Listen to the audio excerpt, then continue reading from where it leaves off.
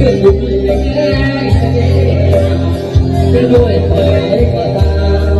ตอนนี้คือย้อนเปลี่ยนตรงนี้ไอ้ก็สุขคนเขาเบาว่าเขาไม่โง่จงไปสิบอกให้ก็ตามไอ้ก็สุขคนที่ไม่รู้ไอ้ท่านเขาสิ่งบอกอันนี้กันอาสาเอาเจ้ามาบ้านใจมีอะไรไปใส่คนโต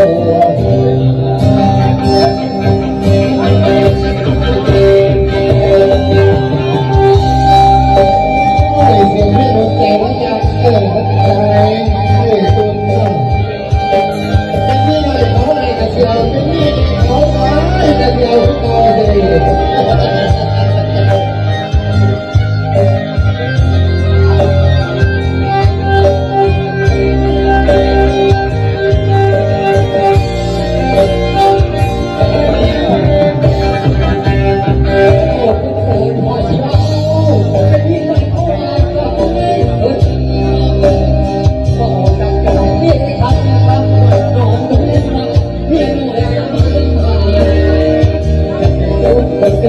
จะเป็นลูกที่คนได้เกิดอยู่ในแม่ยิ่งน้อยไป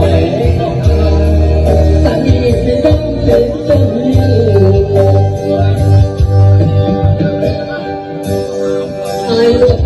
ของเขาว่าเอาวันหัวจนเป็นไรกันได้ไอ้ก็สร้างกันไอ้ก็คงเป็นคนที่เราได้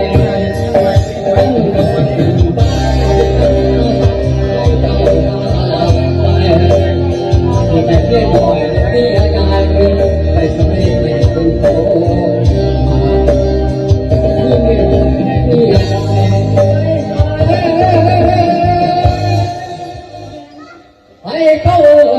ตกมองเสียมีต่อมองเสียนี่เลยน้องน้อยเลยน้องเสียเลย